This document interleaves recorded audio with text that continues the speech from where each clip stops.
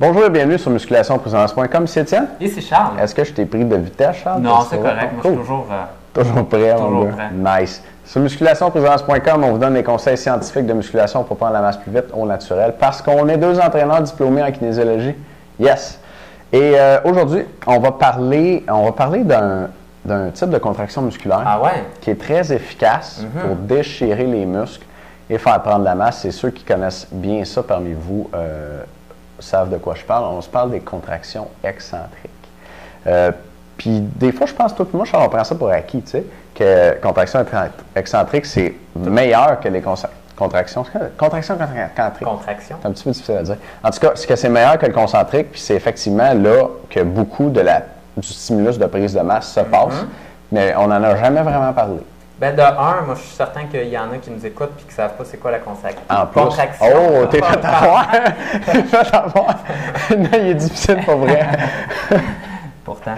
Et vas-y, dis-le. Et donc, excentrique, qu'est-ce que ça veut dire? C'est pas juste parce que tu te teins les cheveux en vert et tu te fais un mohawk sur la tête. C'est pas vraiment ça. Donc, durant ton mouvement d'exercice, là, je vais pas leur dire, en fait, des fois que à ce moment-là, dans tout mouvement, il y a une partie concentrique et il y a une partie excentrique. Donc, dans chaque mouvement, tu as ces deux parties-là. Par exemple, au bicep curl, concentrique, partie excentrique, c'est à la descente du poids. Et souvent, pour la reconnaître, cette partie-là, c'est la partie où on retient la charge. Maintenant, la partie où on retient la charge,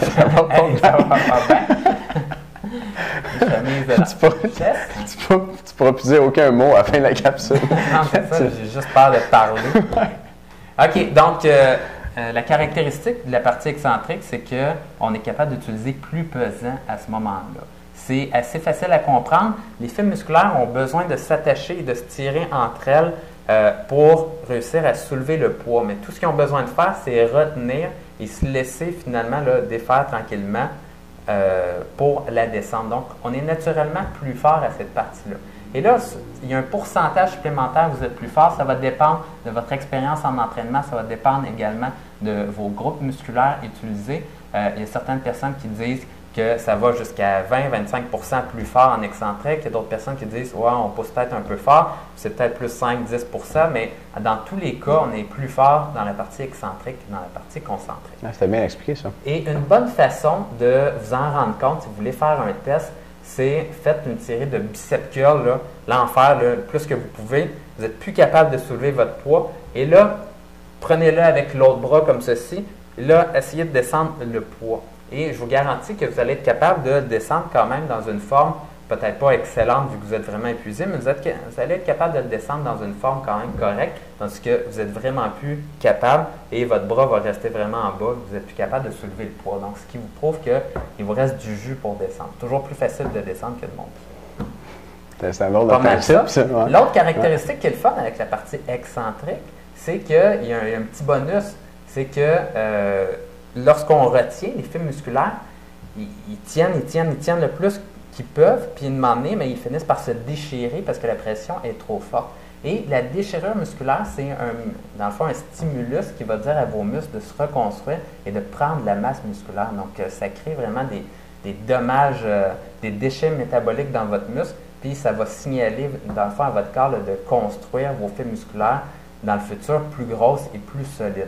Et on le voit, si vous faites des entraînements seulement excentriques, vous allez avoir beaucoup de courbatures le lendemain, la partie excentrique, et le fait d'utiliser des grosses charges et le fait d'avoir un haut volume d'entraînement, c'est trois choses qui sont corrélées avec beaucoup de courbatures du lendemain.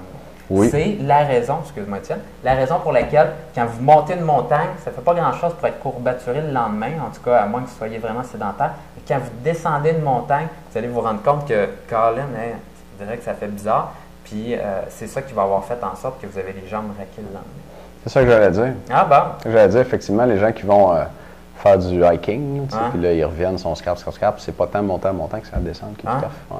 C'est clair. Fait que d'abord, pour les membres, peut-être, moi, je vais parler davantage du mécanisme, peut-être au niveau cellulaire, ce qui se passe dans le muscle quand on fait des contractions excentriques, puis comment ça se fait que ça donne un stimulus de prise de masse si fort. Puis juste avant, je vais vous faire remarquer que dans nos 101 secrets de musculation, on vous donne pas mal de trucs justement pour mettre l'accent sur la phase excentrique des exercices pour profiter du fait que ce type de contraction-là procure un stimulus d'entraînement plus fort et est très important pour prendre la masse musculaire. Oui, et d'ailleurs, si vous n'en êtes pas rendu compte, je vous ai déjà donné une méthode.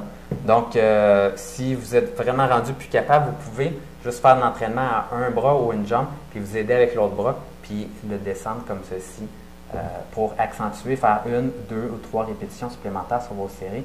C'est vraiment à la fin des séries qu'on a vraiment un dommage puis une force importante sur le muscle. C'est bon, ça? Pas pire, ça? OK. Les membres, on va se revoir dans un instant. Les autres, merci beaucoup de nous écouter. On se revoit demain. À demain. À demain.